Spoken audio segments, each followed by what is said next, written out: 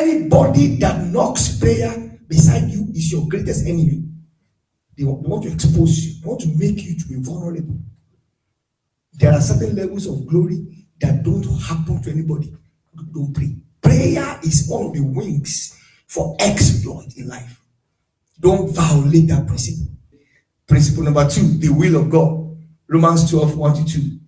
See Paul telling the Romans, say, be ye transformed, by the renewing of your mind, that you may prove what is acceptable and perfect will of God. We don't want to hear that in these last days. Everybody, like I said this morning, they turn God to a rubber stamper. Do my own will. When Anna connected to the will of God in prayer, he said, give me a son and I will give it back to you, because God was looking for a prophet. All the prophets of God in those days, many of them had disappointed God. So God was searching. Which woman will I give my next prophet? But God didn't say it.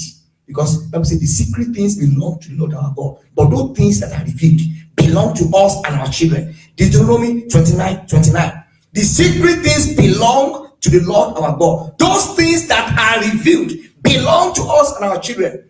Deuteronomy 29:29. There are things God will not tell you once you search for it. God does not reveal himself to a casual seeker. There are things God didn't tell me until after 30 years of being born again, after 20 years. And I'll be very angry. Say, why didn't you tell me 30 years ago? I say, no, if you wanted to hear, you would have sought for it. The will of God. God said, oh, look at this woman. She got it. God was looking for a prophet. Hannah prayed for a prophet. How did she know? Revelation. Because as she was praying, the revelation of the kind of child she will have just came. And she connected and said, God, yes. And he said, so maybe she saw that image in her vision.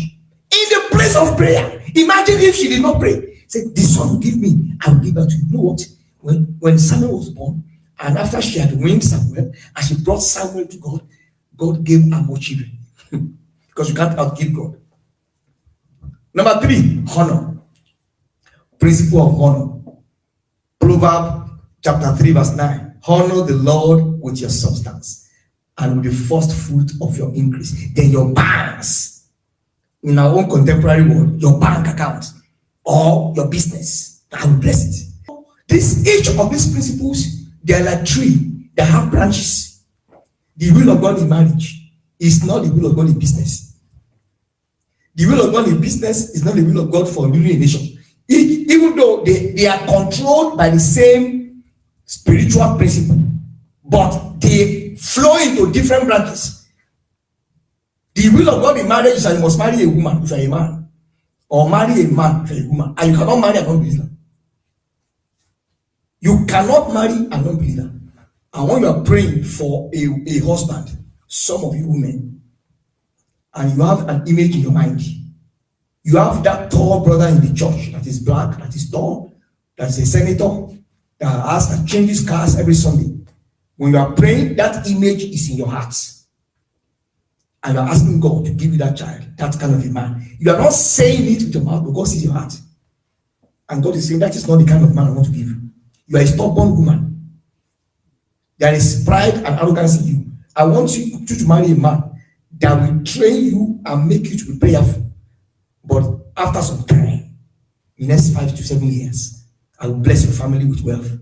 And God brought this man who is just a graduate looking for a job, and then he's making attempts, and then you look at him from head to toe as if he was made by AI. And then you say, no, I don't want him. And then you continue your prayer. You have an idol of a man in your heart. The Bible says, if you come to the Lord with an idol in your heart, the Lord will answer you according to your idol. So you see people who get married to some people, and the Lord gave me the woman. He gave me the man. You had an image of the kind of woman you wanted. It became an idol in your heart. When you married that woman, the marriage did not work. And he said, but I got her from God. But I saw, yes, the Lord will answer you according to the idol of your heart. In other words, I will give you your idol.